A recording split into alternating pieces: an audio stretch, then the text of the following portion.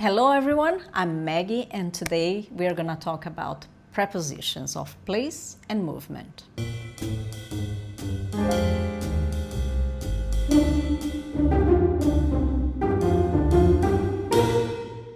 Before you start rolling your little eyes and frowning, let me tell you, they are not as hard as you think they are. In 35 years teaching English, do you know how many times I have students say, Maggie, I have problems with prepositions. Help me, please. if that's your comfort, you are not alone.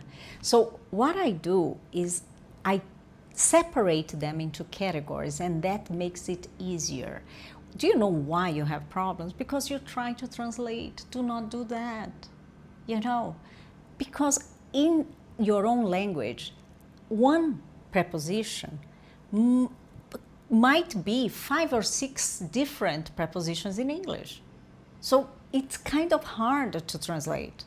Try to understand within the context, and today I hope I can do that with you, right? So let's start with prepositions of place. They answer the question, where? For example, where is your glass? It is on the table.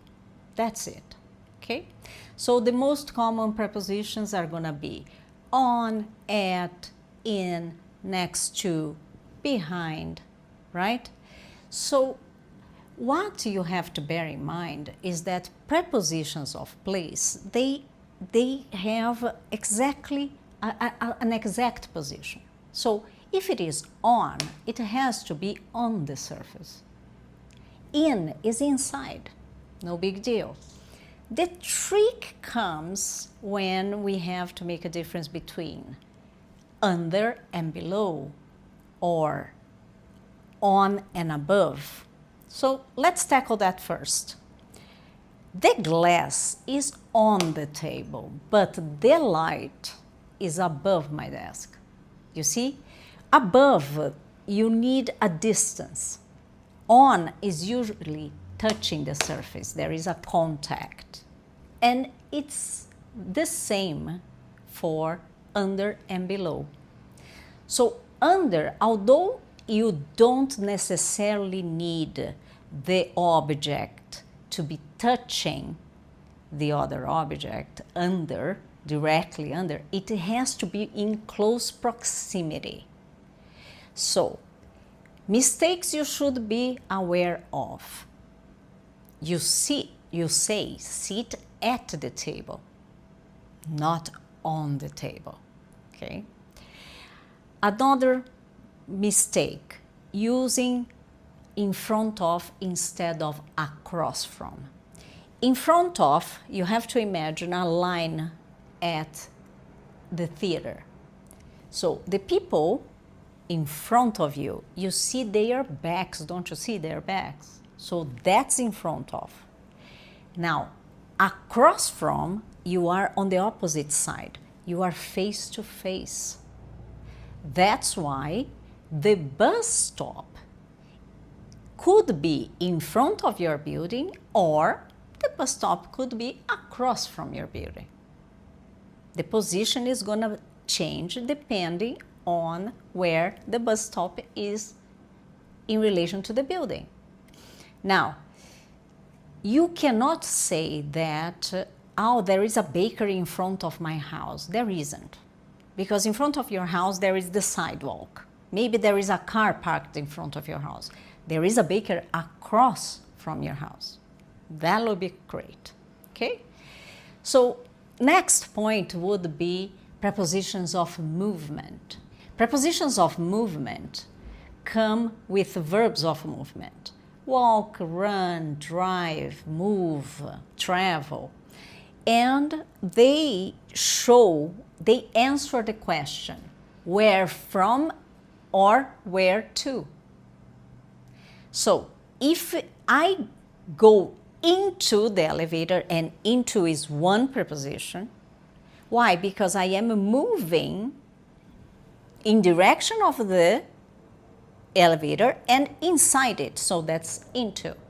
The same thing, go out of the elevator, okay? So these movement prepositions are very much used when you are talking, when you are giving directions, when you are giving directions in the office. Go past HR and turn right. The coffee area is across from facilities. So go past, because there is a movement. You pass HR, right? Toward, in the direction. So drive, take I-5 toward Reno. You see? So there is movement. So if you study prepositions in different categories, they are going to seem less daunting. And you will learn within the context of English. If you like this video, subscribe for more content. And please leave your comments. We'd love to hear from you. We are always pursuing excellence. Thank you. Now, let's recap. Shall we recap? Prepositions of place answer the question, where? So, where are my keys? They are on the dining table. Prepositions of movement, they answer the questions, where to and where from.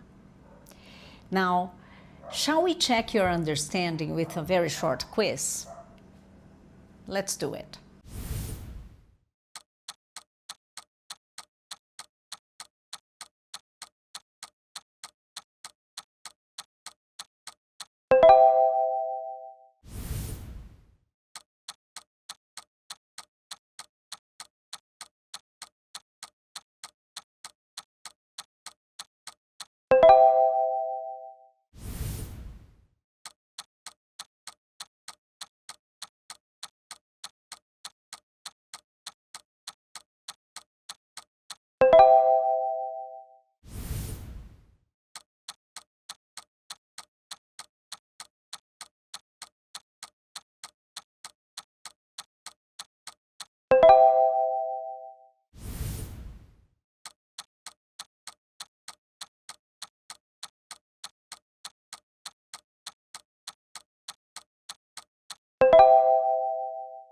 Don't worry if you've missed a few of them.